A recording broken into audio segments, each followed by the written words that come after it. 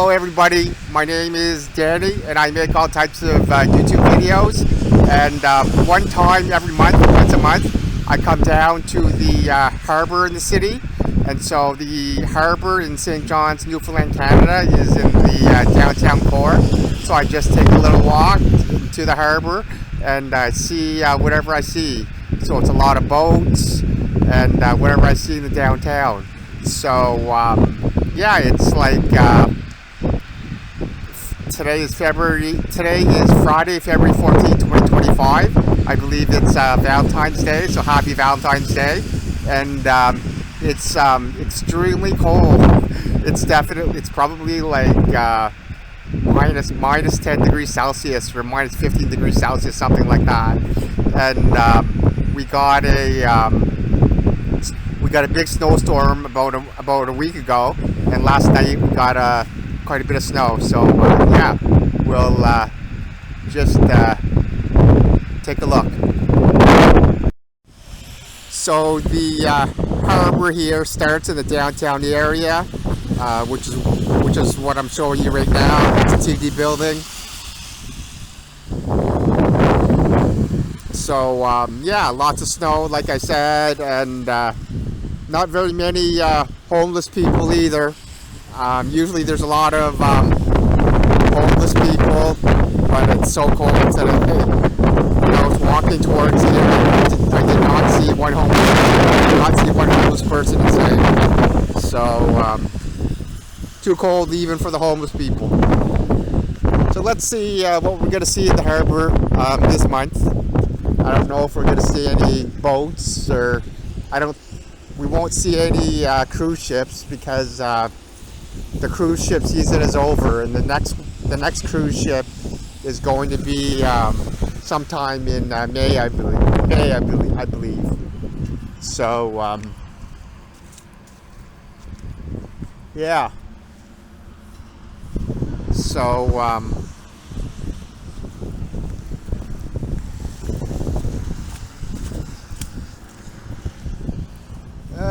usually we see a few boats down in that direction. I'm not seeing any. Like I said, maybe it's because it's the winter here, so those boats aren't there anymore.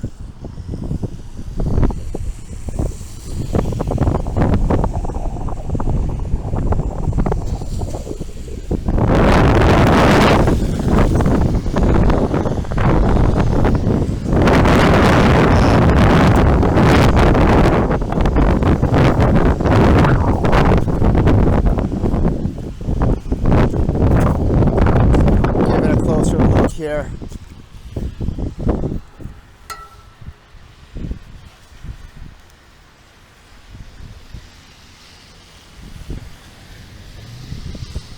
I'm not really seeing any boats.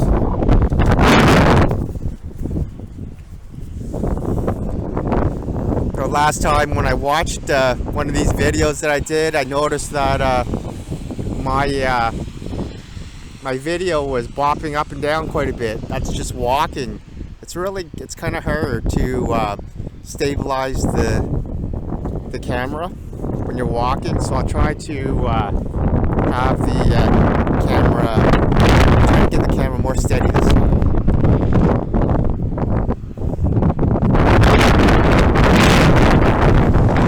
So what else is going on in the world?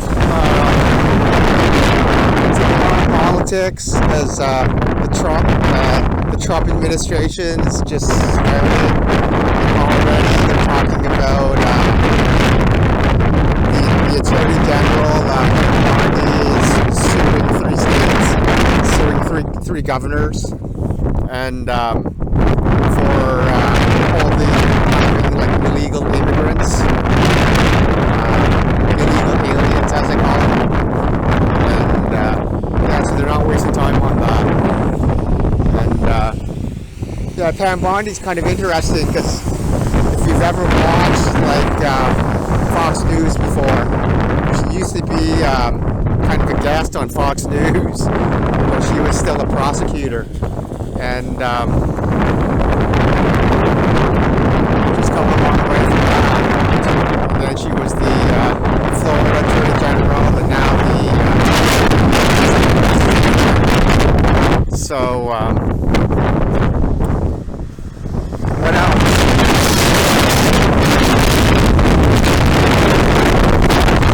Has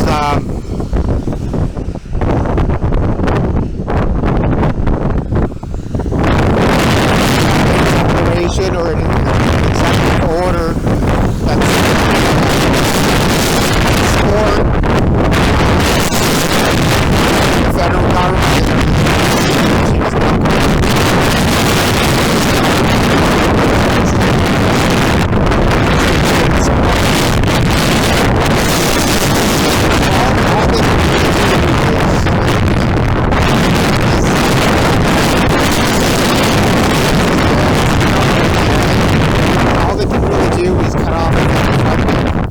But people will always work around that because we're basically speaking about competitions, and so some competitions are not federally funded anyways, so it won't affect them, so they'll keep doing it anyways. And then the competitions where there was federal funding and it got cut off, well, they'll just get funding somewhere else. So yeah, they'll just get funding somewhere else. So that's not going to completely end it.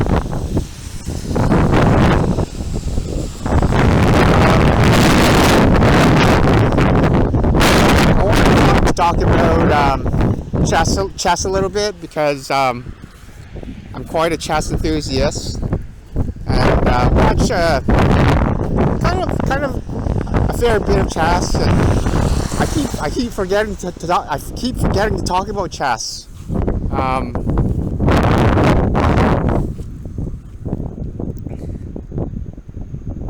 I keep forgetting to talk about chess when I make these types of videos, and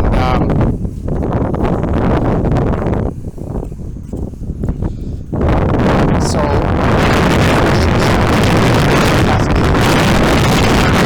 the World Championship, the Classical World Championship, where Gukesh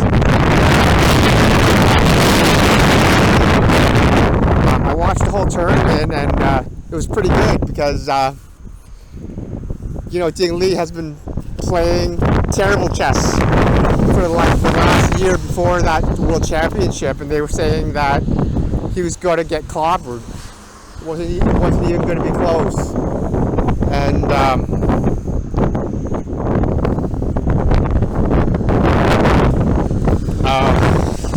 but Ding Li, he put a good fight. There was one time where Ding Li was behind and he played a good match, and then he tied it. But he played two really terrible matches, two terrible games. One game where he blundered badly, and then it ended up making him lose the game. And at that level, you shouldn't be making those types of mistakes or those types of blunders. And then in the very last game, he made another blunder. And again, you should not be making those types of mistakes or blunders at that level. And so, Gukesh definitely deserved it. It wasn't really close at all, really, in that sense. But, yeah. So Gukesh definitely earned that one. Here we're seeing a lot of activity here. The boat is called Atlantic Heron, St. John's, Newfoundland, so it's a local boat. A lot of workers.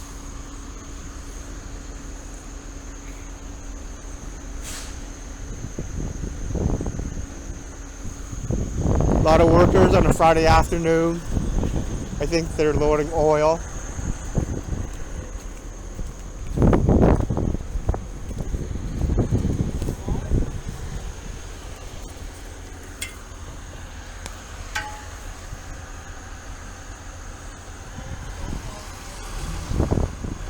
Filling it up with oil, maybe.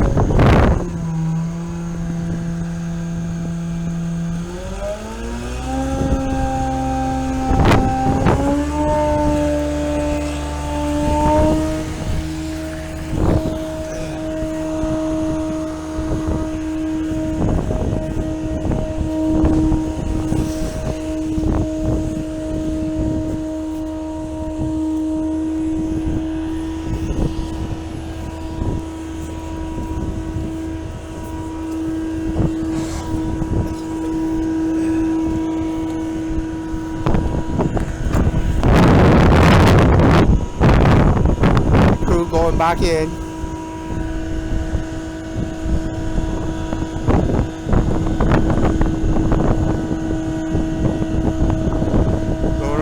Putting oil, refilling it.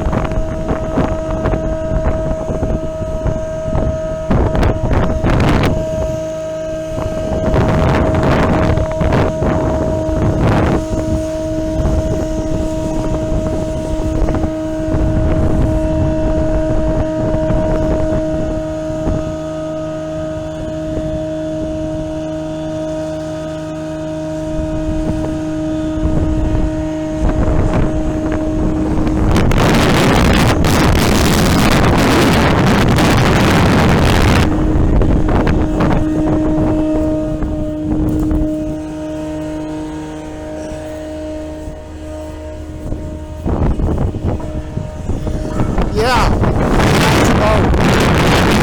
I'll show you guys. It's kind of neat. I've only seen that one before, but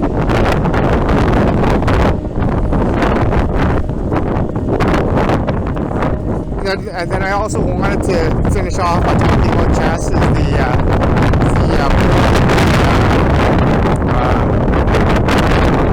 the World Rapid and Blitz Championship that happened in December of 2024, and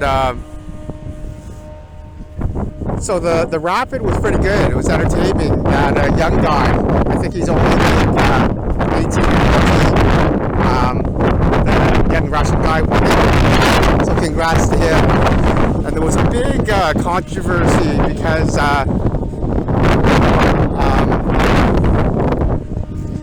they had that tournament, the World Rapid and Blitz in New York City, and it was a perfect venue. It looked so perfect, but really it was so like it was the organization of it was terrible.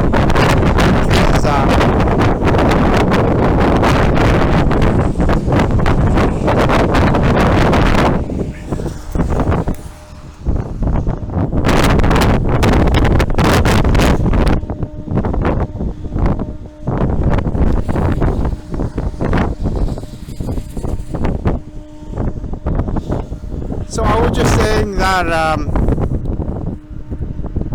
the structure of it was terribly organized by the organizers, because if you remember back in like the 1980s or maybe the 70s, those like Kasparov and Karpov matches that went on forever, right? Like they would just be continuous draws, and the match would go on like for like months and months.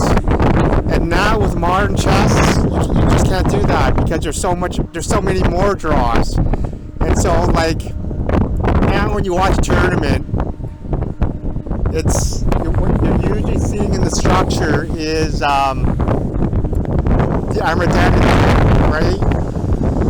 The Armageddon format is like where it's like one person has the white pieces, one person has the black pieces, and if you have like the white pieces, then you have to win or something like that, right? And then if it's a draw, then black wins, but it just ends the match because there's so many draws now in modern chess. And for the format, because the format that they used in New York City was tied between the two, then it just kept going on until someone won it. But there were no problems with the racket, and even the Blitz, there were problems where the first problem really was when they only decided to like take like the top 11 or something like that, right? But and so they kind of kicked out Daniel Nierdowski or something like that. They should have like let everybody who like qualified into the quarterfinals or something like that, right? And not just because on what basis were they going to kick out like past the 11th person? How are they going to calculate that? And then with the final with Magnus Carlsen and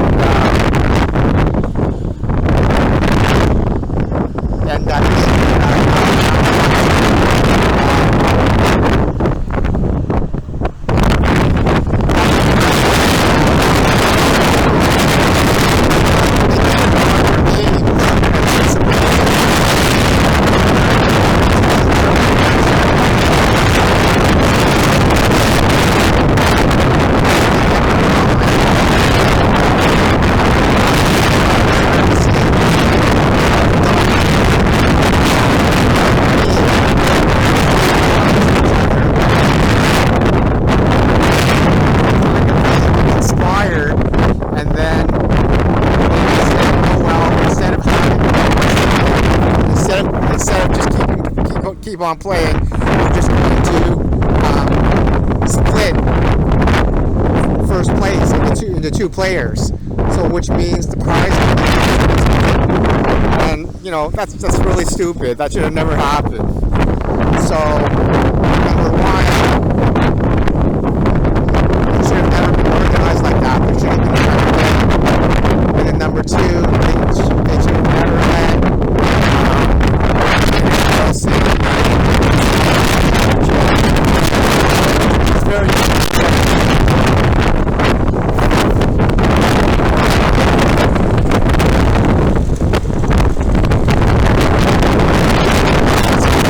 live stream, so not Doherty and he started streaming with Joshua Block,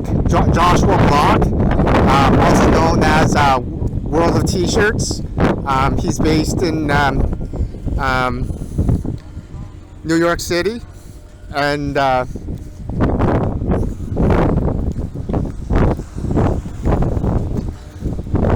Joshua Block. I just want to walk around this truck here. And then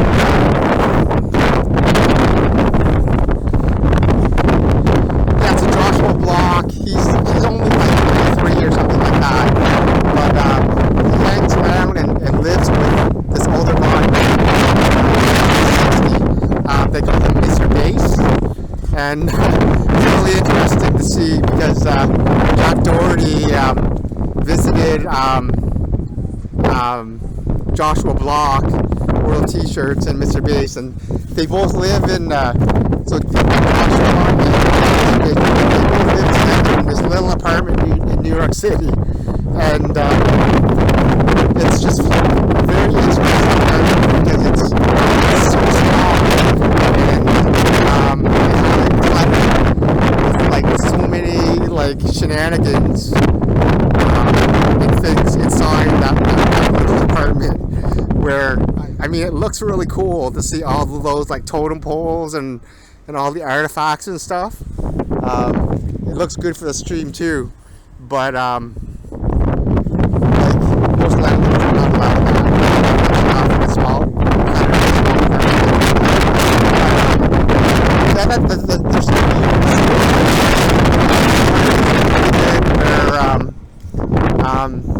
There were 2 days, and then the first day, I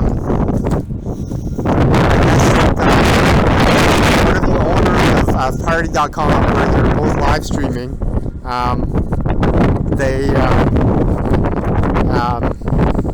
the owner rented like a penthouse, and then they had kind of like a social or like a party, like a dinner party. And then the second day,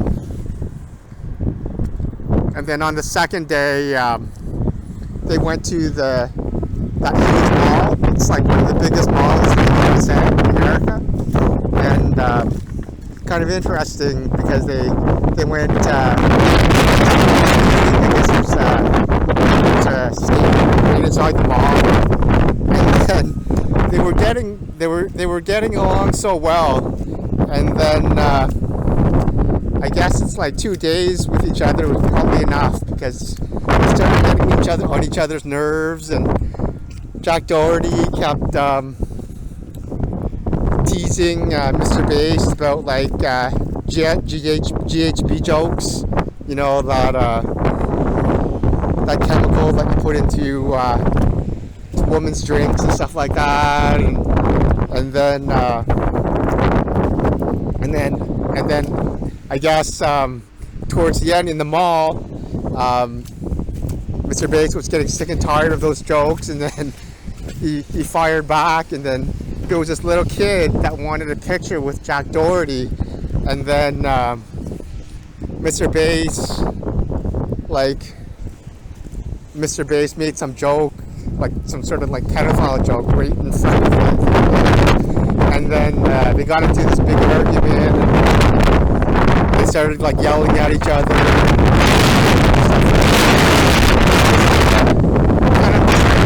because they were getting along so well. And then after the argument, they just separated, and they started talking crap.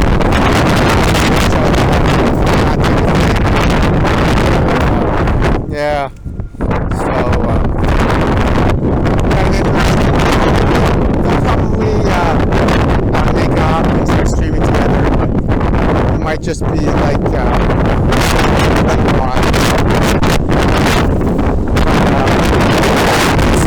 since then, because Jack Doherty has all those connections with Party.com, right after that, probably what happened is that the Party.com, they watching Jack's stream and Joshua Block has a huge following, so